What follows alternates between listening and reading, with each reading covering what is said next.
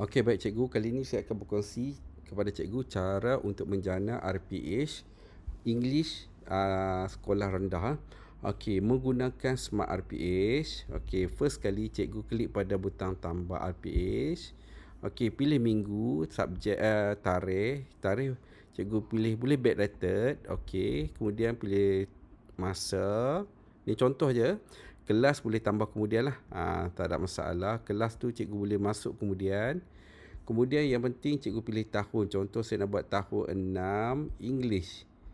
English, saya pilih English. Kemudian saya pilih contoh, saya boleh pilih lebih pada dua tajuk, dua bidang.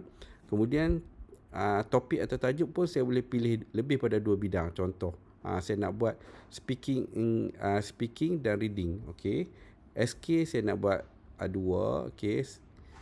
2.1 dan 3.3. Kemudian SP saya nak buat 2.11. Dah jana dah RPH. Okey, saya nak tambah satu lagi 3.31. Okey, dah siap dijana. Okey, template dia dalam English. Okey, penulisan semua dalam English menggunakan pembelajaran terbeza. Okey. Ada elemen PAK 21. Ini cikgu boleh pilih lah. Dia automatic bila dah dia jana automatic lah dia ni. Kalau cikgu tak suka, cikgu boleh pilih yang mana yang berkaitan lah. Okey, tapi jangan risau, semua ni dalam English. Paparan ni bahasa Melayu tapi dalam RPH English. Kemudian impak pun dalam English.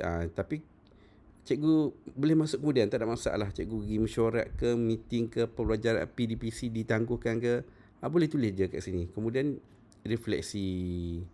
Okey, pastikan betul. Kalau ada apa-apa yang cikgu nak ubah ataupun nak edit, boleh terus edit dekat sini. Klik pada sini, pada petak ni boleh edit. Itu saja. Tapi sebelum tu cikgu klik butang simpan. Dah siap disimpan. Mesti cikgu nak tengok macam mana paparan RPH English ni ya. Okey.